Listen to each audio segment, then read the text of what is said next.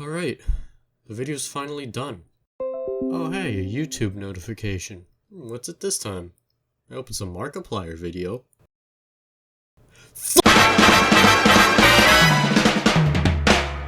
Pre-Fortress 2, a TF2 source mod that caters to the gameplay of earlier Team Fortress installments while maintaining the aesthetics of TF2's alternate designs from 2006. It's finally updated to 0.7 after, 622 days? New maps, new game modes, new weapons, grenade reworks, a hell of a lot more to get into. Let's take a look, eh? Let's work our way from the biggest changes to the smallest ones, starting off with the technically 4 new maps and also 4 new game modes. Payload Gold Rush is a weird amalgamation of Payload Badwater, AD Dust Bowl 2, and TF2's Payload Gold Rush. Here's a quick rundown of the story. During TF2's development, a remake of TFC's Dust Bowl titled Dust Bowl 2 was being made. The map's layout resembled what is now Payload Gold Rush, but it was dropped for a more faithful remake of Dust Bowl until 2008, where the map was revisited and altered to become what is now Payload Gold Rush in TF2. In that revisited development, the map's last point had multiple iterations, one of which resembles what is now Payload Goldwater, one of which resembles what is now Payload Badwater's last point.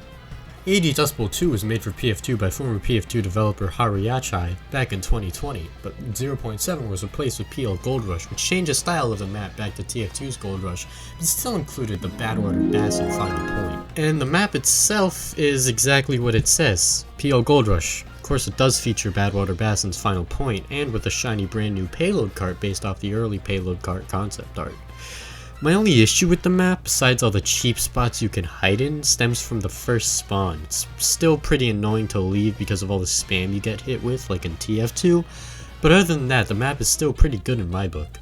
With the conversion to PL Gold Rush, the map is still just as fun when it was AD Dust Bowl 2. Although I will admit I do miss capping last with the flag. It was probably a good change, only because people don't want to learn how to get good at defending. CP Badlands, not to be confused with CTF Badlands, is pretty much a port of CP Badlands from TF2, but with textures changed to fit the beta Badlands aesthetic. This is probably the worst of the 4 or 5 new maps added, and definitely the only one I would consider to be bad. CP Badlands and TF2 isn't all that great to begin with, and capping 2nd and 4th in PF2 is a nightmare because of how long it takes to cap, and how easy it is to get knocked off or killed by someone who isn't even on the point. But despite that, you can still definitely have fun on the map, and I wouldn't say it's something so bad it needs to be removed or whatever.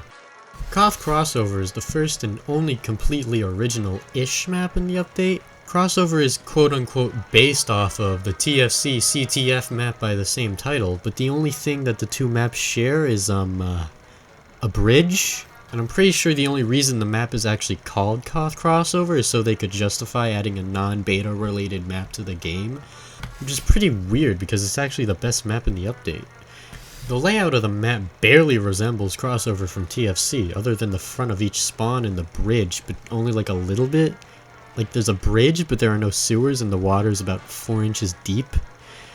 Despite that, the map is actually really fun. It's probably my second favorite in the whole mod right now, below CTF Badlands of course. It's a good game mode with a simple but fun layout, and I really enjoy the cool windows you can shoot through at each team's base. Arena Well is pretty much what you'd expect. It's Well, but Arena. It's a port of TF2's Arena Well, but set at midday instead of daytime. Other than that, there's not much to say here. The final map of the 5 is CP Powerhouse, another port. And yeah, it's just another direct port of a TF2 map with added grenade packs and armor packs, but Powerhouse has always been a pretty enjoyable map in PF2, aside from stalemates. Now before we go on to the new weapons they've added, I just need to point out a little asterisk. There are 4 new game modes, but only 3 of them were used in the new maps: Payload, King of the Hill, and Arena. The 4th new game mode, Payload Race, wasn't put into any new maps, probably because the devs are waiting for someone to port Hightower into PF2. Moving on to weapon changes. Scout's nailgun now has a clip of 50 nails and a reserve of 150 for some reason. I can't for the life of me figure out a reason as to why the devs made this change, and I can't really figure out any reason other than maybe the nails were annoying, but even then they weren't really annoying because it was pretty easy to avoid them, so like, why?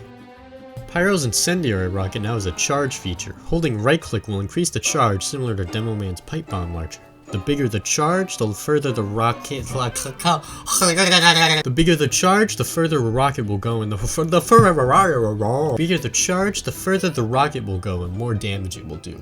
While on paper, this sounds like it would make dealing with pyros more annoying, I haven't really found any spots you can shoot an incendiary rocket with full charge that you couldn't shoot it to with an uncharged one. Demoman's pipe bomb launcher has now received a new model and its clip size has increased from 6 to 8, which is pretty convenient. Pipe bombs will now fizzle instead of explode on being shot, which now unfortunately means you can't detonate an enemy demo's pipe bombs mid-air, but that's probably a change for the better since you used to be able to shoot the pipe bombs right in front of a demo's face. All of Engineer's buildings can be upgraded to level 3 now, not just his sentry gun. This means faster teleporters and better dispensers. A good change that should have been in the game earlier. Engineer can also heal teammates' armor for free now instead of before when it costed ammo. Medic has received a new SMG which deals less damage then and has a slower fire rate than the SMG sniper, but the SMG sniper. Medic has received a new SMG which deals less damage then and has a slower fire rate than the sniper's SMG, but does have a larger clip size and a new sick-ass model. The sniper's sniper rifle now has a laser to show off that it's being charged, and sniper's melee has a new model now, I think. That's about every major change to all the class's weapons, but grenades have also gotten some huge changes. First off, the biggest change to grenades has to be the new grenade physics. A new server command has been added, PF Grenade TFC, which is on by default, changes the grenade physics to be more consistent and easier to predict. While I don't agree that they're similar to how they were in Gold Source, they're still well improved from the randomness of the 0.6 grenades. This makes throwing grenades and jumping with grenades way easier and a lot less random. Grenades have also been given a new view model animation for holstering. In 0.6 you would sometimes see the Merv's animation for no discernible reason, but now the holster animation plays every time you throw a grenade. It's great, they're great, they all look fantastic, except for Soldier's nail grenade animation, which looks kind of weird, but that's not that important. Grenades can also now be disarmed, meaning that you can turn them off by hitting them. At first glance, this change sounds like it would massively nerf grenades, but it's also so hard to shoot at most of them that it doesn't really hurt them that bad. Frag grenades and caltrops can be shot at once to be destroyed, but other grenades require 2 shots to be taken down. However, hitting any grenade with a melee once will destroy it, which sounds like a stupid feature, but meleeable grenades show up way more often than you'd think.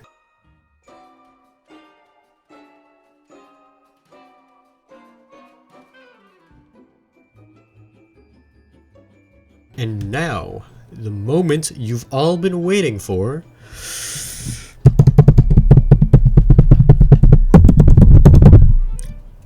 Everything else. PF2 no longer mounts TF2, which is cool now, I guess. You can mount Gary's mod onto PF2 now, if you wanted to do that for whatever reason. What else? Okay. Oh, you can throw the flag with the L key now, which is pretty cool. I don't think the arc is the same as TFC, but it's pretty similar. It doesn't really matter anyways. It's a cool feature, but in PF2, where players don't move nearly as fast as classes in TFC, it isn't that useful. You can still throw the flag to get to places higher than you could have before, which is cool. Classes have less armor, and armor penetration has been changed to quote-unquote make the classes feel less tank-like. And Scout has also gained 15 max HP to give him a total of 90 because he wasn't overpowered enough. And no, that's not being sarcastic, I actually think it should be lowered back to 75, and I will make a 4-paragraph comment replying to anybody who argues with me. As an engineer, you can wait, I've actually said that one before. Why is that in the script? CTF has had some minor changes. Wait, did I already talk about that one too? Wait. Did I talk about that? No, I added that in. Okay. CTF has had some minor but major changes. For one, the map is now nighttime, based off some Also, instead of stairs going up to the 3rd floor of each base's lobby, there's an elevator. It's cool. Yeah. I'm just gonna scroll the update list across the screen so you can see everything else that I don't care about talking. I think I covered all the important stuff. Da, da, da, da, da.